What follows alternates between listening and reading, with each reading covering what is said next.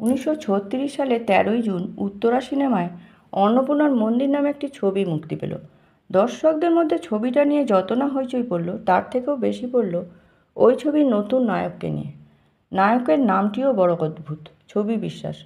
ছবি সাধারণত মেয়েদের নামই হয়, কিন্তু ওই সুদর্শন তরুণের নাম ছবি কেন হলো, তা দর্শকদের কাছে একটা ধাঁধার মতোই হয়ে রইল। ওই একটা ছবির সাফল্যেই ছবি বিশ্বাস আত্মগরিমায় রীতিমতো স্ফীত হয়ে গেলেন। ভাবলেন এরপর তার জীবনে ছবির বান ডাকবে, প্রযোজক পরিচালকরা তার দরজায় এসে লাইন দেবেন, কিন্তু তেমন কিছুই ঘটল না দেখে রীতিমতো বিস্মিত হলেন। সুতরাং কালক্ষেপ না করে তিনিই হাজির হতে লাগলেন প্রযোজক আর পরিচালকদের দরজায়। কিন্তু সেখানেও বিপত্তি।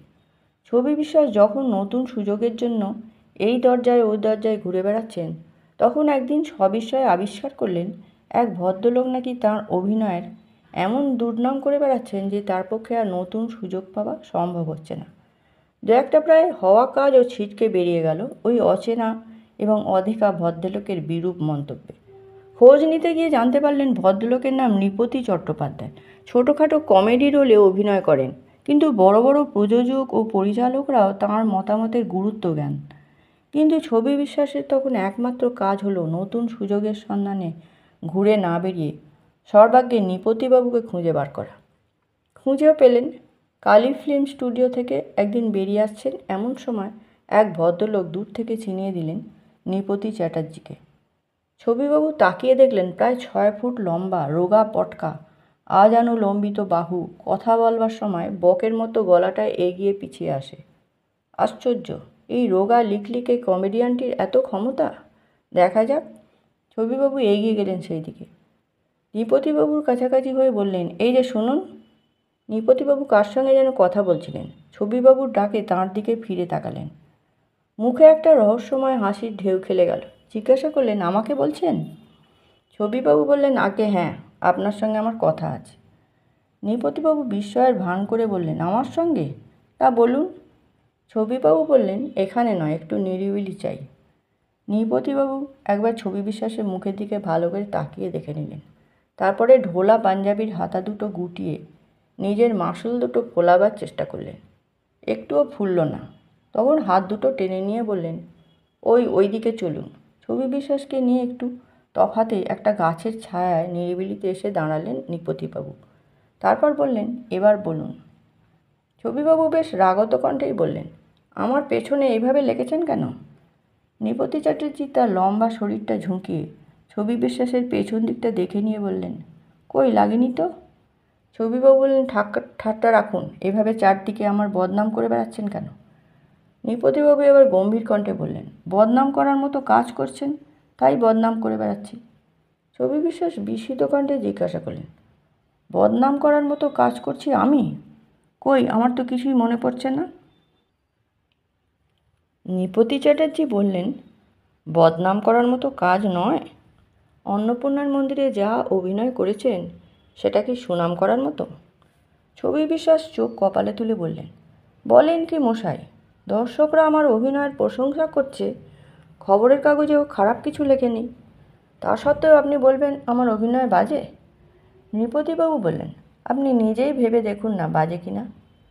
ছবিবাবু বললেন, কি জানি মশাই, আমি তো তেমন কিছু বুঝতে পারছি না, আপনি দয়া করে বুঝিয়ে দিন কোথায় আমার অভিনয়ের খামতি। নৃপতিবাবু বললেন, অপ্রিয় সত্য কথাটা সহ্য করতে পারবেন তো? ছবিবাবু বললেন, নিশ্চয়ই পারব। আমি বনেদি বংশের ছেলে, সত্যি কথা তা সে যত অপ্রিয়ই হোক, মেনে নেবার মতো উদারতা আমার আছে। এরপর প্রায় আধ ঘন্টা ধরে ওখানে দাঁড়িয়ে দাঁড়িয়েই নৃপতিবাবু ব্যাখ্যা করে বোঝালেন অন্নপূর্ণা মন্দির ছবিতে কোথায় কোথায় ছবিবাবুর অভিনয়ের ত্রুটি। হাঁটা চলা থেকে শুরু করে বাচনভঙ্গি পর্যন্ত সব কিছুর বিস্তৃত এবং সহৃদয় সমালোচনা। এই সামান্য কমেডিয়ানের অসামান্য পাণ্ডিত্যে এবং অকৃত্রিম আন্তরিকতায় মুগ্ধ হয়ে গেলেন ছবি বিশ্বাস। ওর হাত দুটি ঝরে বললেন, আপনাকে আমি চিনতে পারিনি প্রভু। আজ থেকে আপনি আমার ফ্রেন্ড, ফিলোজফার অ্যান্ড গাইড। এখন থেকে আপনার নির্দেশ মতেই আমি চলব। আমার সব দায়িত্ব আপনি নিন। ততক্ষণে আবার ছদ্মবেশটি পরে নিয়েছেন নৃপতি চ্যাটার্জি। ঢোলা পাঞ্জাবির আড়াল থেকে লম্বা লিগলিগে হাতখানি বার করে ছবি বিশ্বাসের মস্তকে স্থাপন করে একগাল হেসে বললেন, তথাস্তু। এরপর থেকেই ছবি বিশ্বাস নৃপতি চ্যাটার্জিকে প্রভু বলে ডাকতেন। সেই দায়িত্ব আজীবন নিষ্ঠার সঙ্গে পালন করেছিলেন নৃপতি চট্টোপাধ্যায়। সেই আনুগত্যও আজীবন অটুট রেখেছিলেন ছবি বিশ্বাস। ছবি বিশ্বাসের 1962 সালে জুন মাসে এক মর্মান্তিক মোটর দুর্ঘটনায় প্রাণ হারিয়েছিলেন। দক্ষিণ কলকাতার স্টুডিও পাড়া থেকে শুরু করে উত্তর কলকাতার আর.জি. কর হসপিটাল পর্যন্ত সে এক শোকবিহ্বল মানুষের মিছিল। এই আঘাতটা নৃপতি চ্যাটার্জির বুকেই বেজেছিল সবচেয়ে বেশি।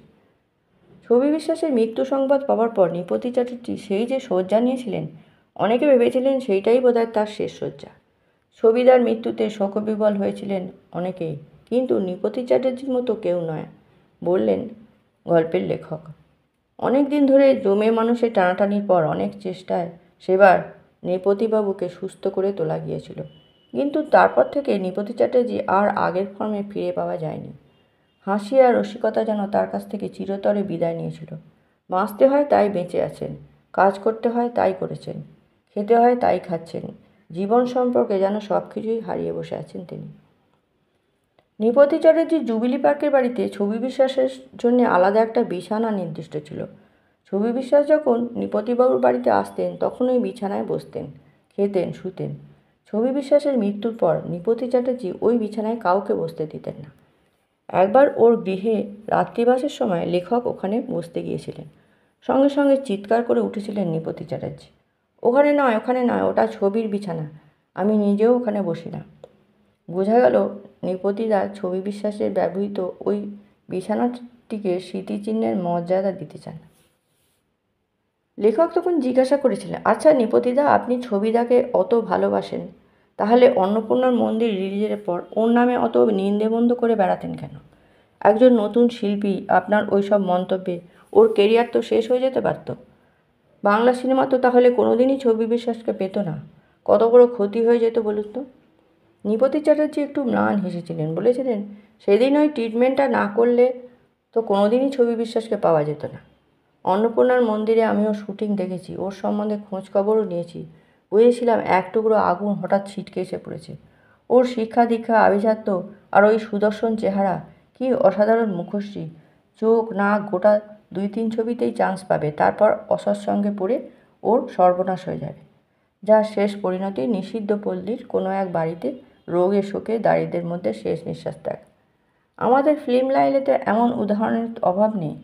সুতরাং আমি চেয়েছিলাম ও আমার কাছে আসুক, আমার নির্দেশ মেনে চলুক, আমাদের সকলের মুখ উজ্জ্বল করুক।